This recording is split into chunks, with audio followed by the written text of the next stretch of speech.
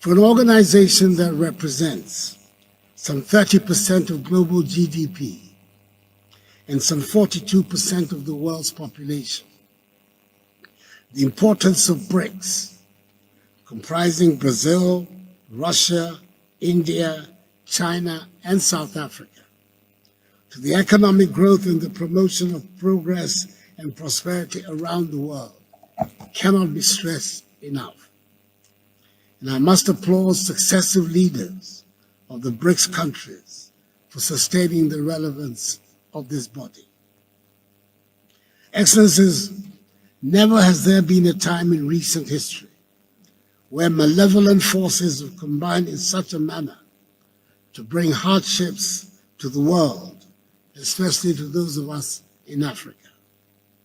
We are indeed operating in the most difficult of times. The interlocking challenges and the convergence of crises we are faced with pose existential threats that require immediate solidarity and collective action. It is obvious that the world has virtually run out of time to work together in the spirit of multilateralism. If we do not renew our commitments to build, keep, and consolidate peace and democracy all over the world, we would have to brace ourselves to live in a new and more dangerous world today and in the future. The issues of peace, progress, and prosperity in BRICS countries and Africa are deeply intertwined, which presuppose that ensuring the development of Africa should be in our common interest, which will help right the historic injustice of Africa, the richest continent in the world, being as a result of systemic exploitation, the continent with the highest number of the poorest people. Africa, I need reminding you, has 1.3 billion inhabitants, nearly 18% of the world's population, and in 2050 will be 2.5 billion, meaning that 1 out of every 4 persons in the world will be African. Now more than ever, strong partnership between the BRICS nations and Africa, reinforced political dialogue, and expanded cooperation in the fields of economic growth and international security are required. We have to work together to achieve our goals, including a fair, equitable process of energy transition, which recognizes that the entire African continent is responsible for less than 4% of global emissions, and which safeguards the prospects of Africa's development. Excellencies, I urge this meeting to address one issue of importance for us in Africa, and I believe for the world generally.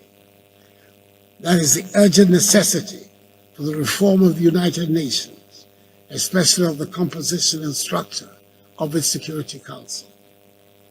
The contemporary world has moved on significantly from the post-1945 world, which gave rise to the birth of the United Nations and the makeup of the Security Council. The world of 2023 is not the world of 1945.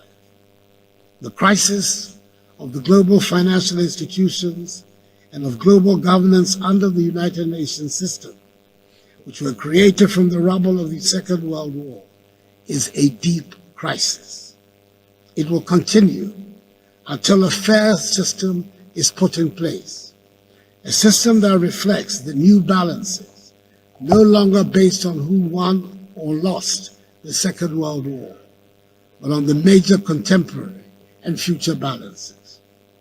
I believe strongly that despite its numerous challenges, Africa is on the cusp of building a great new civilization, which will unleash the considerable energies and huge potential of the African peoples, so that we will make our own unique contribution to the growth of world civilization.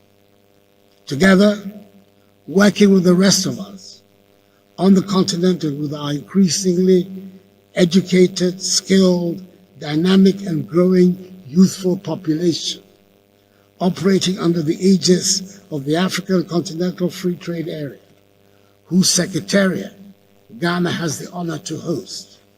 I'm confident a strong partnership with the BRICS nations can help construct a prosperous and self-confident Africa. I'd like to end by extending hearty congratulations to Prime Minister Narendra Modi on India's historic achievement of yesterday. I thank Your Excellencies for your attention.